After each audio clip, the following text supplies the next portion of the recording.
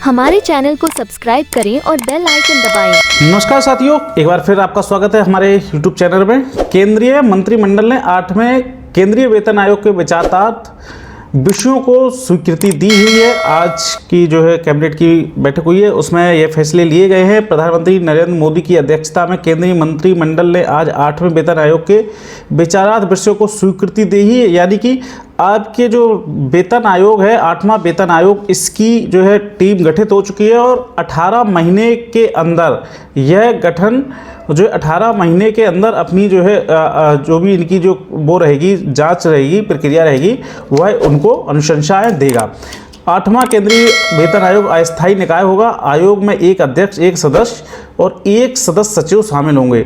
यह अपने गठन की तिथि से 18 महीने के भीतर की अनुशंसा देगा। यदि आवश्यक हो तो आयोग अनुशंसाओं को अंतिम रूप दिए जाने पर किसी भी मामले में अंतरिम रिपोर्ट भेजने पर विचार कर सकता है। आयोग अपनी अनुशंसा देते समय निम्नलिखित बातों को ध्यान में रखेंगे। यानी कि जो रिपोर्ट देंगे उसमें इन चीज़ों को देखना है: देश की आर्थिक स्थिति और राजकीय विवेक, अर्थात सरकारी वित्तीय व्यवस्था के प्रबंधन तथा खर्च और राजस्व के संतुलन की आवश्यकता।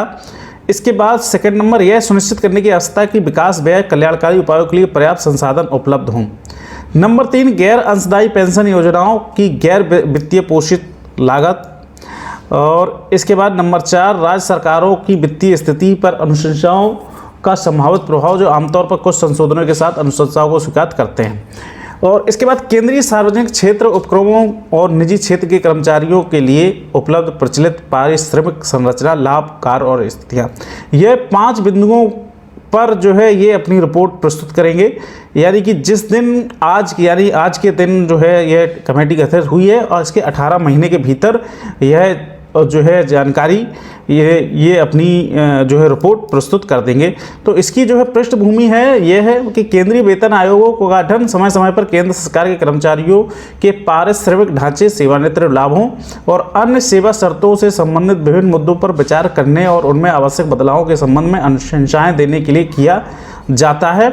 आमतौर पर वेतन आयोग की अनुशंसाएं प्रत्येक 10 वर्ष के अंतराल पर लागू की जाती है। इस प्रवृत्ति के अनुसार 8वें वेतन आयोग की सिफारिशें सामान्यतः 1/1/26 से लागू करना अपेक्षित है। यानी कि अब कहने का मतलब ये जब 18 महीने में अपनी रिपोर्ट देंगे तो तब इसके बाद 1/1/2026 से आपका वेतन आयोग लागू होगा।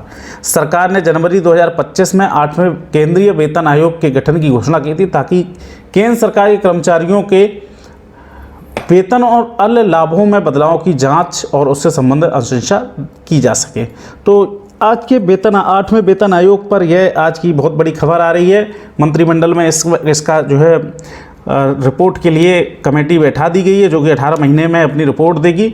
और इससे संबंधित आपको जो भी जानकारी आपको बताने लायक मुझे लगेगी तो वह हमारे चैनल पर दी जाएगी। इसके लिए आप हमारे चैनल को सब्सक्राइब करके रखें और बेल आइकन को दबा के रखें, जैसे ही मैं वीडियो डालूँ आपको इसका नोटिफिकेशन मिल जाए। मिलते हैं ऐसी किसी वीडियो में, जब तक के लिए जय हिंद, वंदे मातरम।